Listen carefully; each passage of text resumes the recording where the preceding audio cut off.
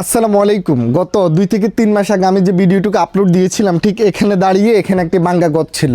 Upload দেওয়ার পরে অনেকেই দেশ এবং দেশের বাইরে থেকে মানবিক এই কাজের হাত বাড়িয়েছেন, যার কারণে আপনারা দেখছেন ঠিক এখানেই 2 রুমের ঘর করা হচ্ছে।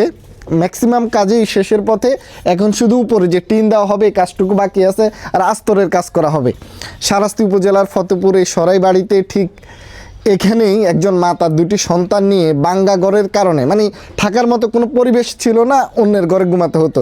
এরকম একটা ভিডিও আমি আপলোড দিয়েছিলাম, কিন্তু ভিডিওটা আপলোড দেওয়ার পরেই দেশ এবং দেশের বাইরে থেকে অনেকেই আপনার হাত বাড়িয়ে দিয়েছেন, যার কারণে দেখুন এখানে এখন সুন্দরভাবে ওনারা ঘুমাতে পারবেন।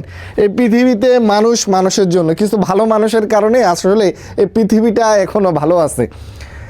এই যে মানুষটা এখানে ছিলেন, এই মানুষটা হঠাৎ করে স্ট্রোক করে এই পৃথিবী থেকে উনি বিদায় নেয়, যার কারণে তার 2টি ছোট সন্তান সহকারে তার স্ত্রী মারাত্মকভাবে একা হয়ে পড়ে। আসলে যার এই পৃথিবীতে সমস্যা, তার দেখবেন সকল দিক দিয়ে সমস্যা। ঠিক একদিন আমি যাওয়ার সময় এই আরাফাত আমাকে জড়িয়ে ধরে বলেছে আমাদের বাড়িতে আসেন। আসার পরে দেখলাম কি একটা পরিস্থিতি, তাদের জায়গার পরিমাণ ছিল 1% এই পুকুর পাড়েই। আর ঠিক এই 1% মধ্যে আপনারা দেখছেন সুন্দরভাবে 2টি রুম করা হয়েছে। আমি আপনাদেরকে দেখাচ্ছি, দেখুন এই পাশে একটি রুম আর এই পাশেই আরেকটি রুম। এখানে আরও 2টি রুম করা যাবে সুন্দর করে পার্টিশন দিয়ে দিলে। 1% জায়গার উপরে খুব সুন্দরভাবে আপনার করা হয়েছে। আপনাদের যাদের অবস্থান আছে, আপনারা যদি একটু মানবিক হন, আপনাদের আশেপাশে যে মানুষগুলো সমস্যা আছে একটু যদি এগিয়ে আসেন সবাই সম্মিলিতভাবে, তাহলে আসলে যে মানুষগুলো অনেক কষ্টে আছে তাদের একটু সুখের ছোঁয়া ওনারা পেতে পারে।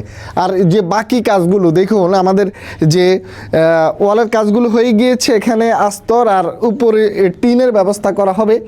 এর ভিতরে আপনারা যদি কেউ থাকেন অবশ্যই এই ক্যাপশনে দেওয়া নাম্বারে যোগাযোগ করে সরাসরি এই যে আরাফাতের আম্মুর সাথে যোগাযোগ করে একটু সহযোগিতা করবে। আপনার পরিচিত এমন কেউ যদি থেকে থাকে যে মানুষের বিপদে এগিয়ে আসে, অবশ্যই এই ভিডিওটুকু মেনশন করে দিবেন। আপনারা কেউ যদি সহযোগিতা করতে চান অবশ্যই ক্যাপশনে দেওয়া নাম্বারে যোগাযোগ করবেন, যোগাযোগ করে একটু সহযোগিতা করবেন।